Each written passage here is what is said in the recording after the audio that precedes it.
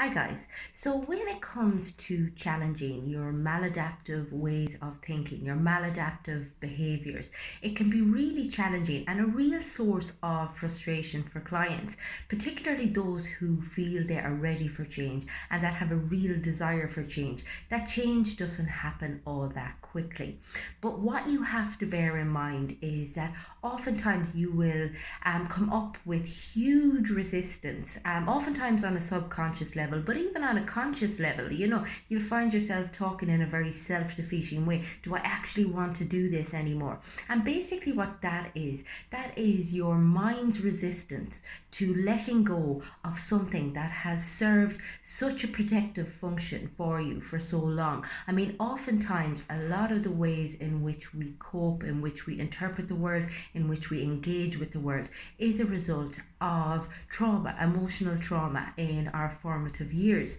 And it was put in place for a very specific reason. In other words, it protects us. It's like a coat of armor. And once we start probing that and challenging that and trying to do things differently, our brain just freaks out. It literally does not want us to change. And even from an evolutionary perspective, I mean, your brain wants things to be as stagnated as possible. It would prefer you to be unhappy than to have to put change in place. So ultimately, you're against a double whammy. Basically, you're fighting against the knowledge that this is a protective element that you're trying to change, and you're also fighting against the fact that your brain just simply does not want you to change. So this is some of the reasons why you may be finding it so difficult.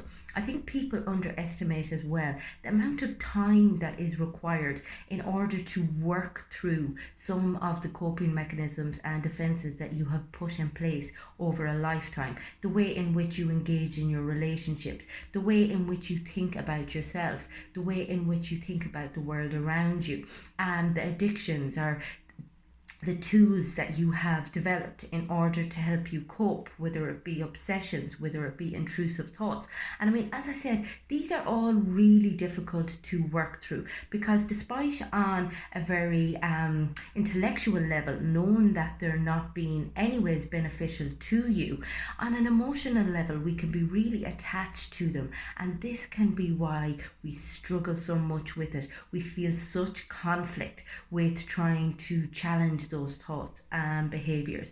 But it's important to recognize that everybody goes through this struggle, and ultimately you come out the other side with greater self-awareness, a greater a spiritual function to your life, and a greater knowledge and acceptance of the way the world is. And ultimately your relationships with yourself, with other people, will improve 100-fold. And so will your ability to experience joy, to experience peace of mind, to experience contentment, and then to seek a more fulfilling, purposeful life.